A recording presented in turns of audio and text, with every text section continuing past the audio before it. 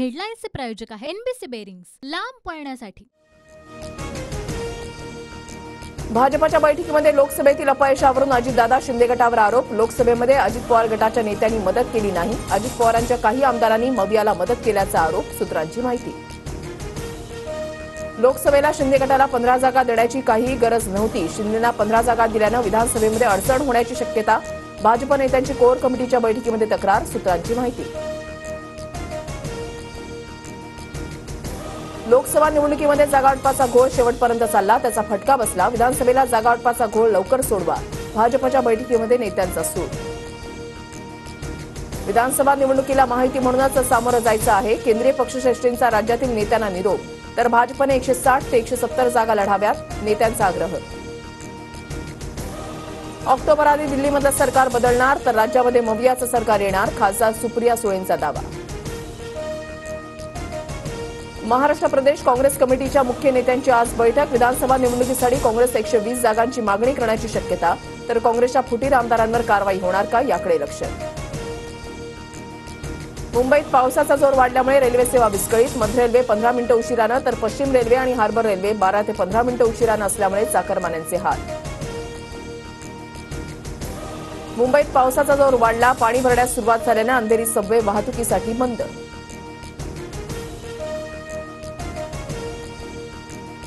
मुंबईसह कोकण किनारपट्टीवर मुसळधार पावसाचा अंदाज, 200 ते 500 मिलीमीटर पावसाचा हवामान खात्याकडून इशारा।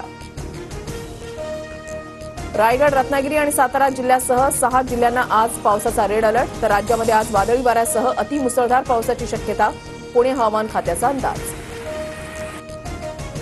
नागरिकांना उद्यापासून शिवकालीन वाघनखं पाहता येणार। साताऱ्यामध्ये आज शिवशस्त्र शौर्यगाथा प्रदर्शनाचं उद्घाटन होणार, मुख्यमंत्री उपमुख्यमंत्री उपस्थित राहणार।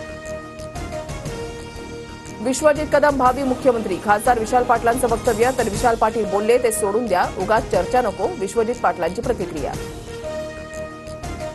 मंत्री हसन मुश्रीफ आज विशाळगडावर जाऊन पाहणी करणार, तर शरद पवार गटाचे नेते जितेंद्र आव्हाडही आज गजापूर गावाला भेट देणार।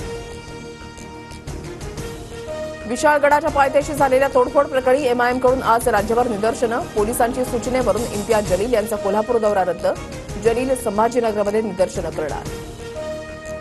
विधानसभेलाही मुंबईत ठाकरे विरुद्ध शिंदेमध्ये सामना रंगण्याची शक्यता। मुंबईमध्ये 36 पैकी 25 जागांची ठाकरे गटाची मागणी, तर महायुतीमधून मुंबईमध्ये 17 जागांसाठी शिंदे गट आग्रही। भोसरीमध्ये दादा गटाचे अजित गव्हाणे पवार गटात गेल्यानं ठाकरेंची कोंडी झाल्याची चर्चा। भोसरी विधानसभेसाठी आग्रह शेवटपर्यंत ठेवणार, राऊतांचे बैठकीमध्ये वक्तव्य। शेतकऱ्याला धमकावल्याप्रकरणी मनोरमा खेडकरला 3 दिवसांची पोलीस कोठडी। महाडमध्ये वास्तव्यासाठी खोट्या नावाचा वापर केल्याची माहिती। मनोरमा खेडकर आयएस, वादग्रस्त आयएस अधिकारी पूजा खेडकरची आई।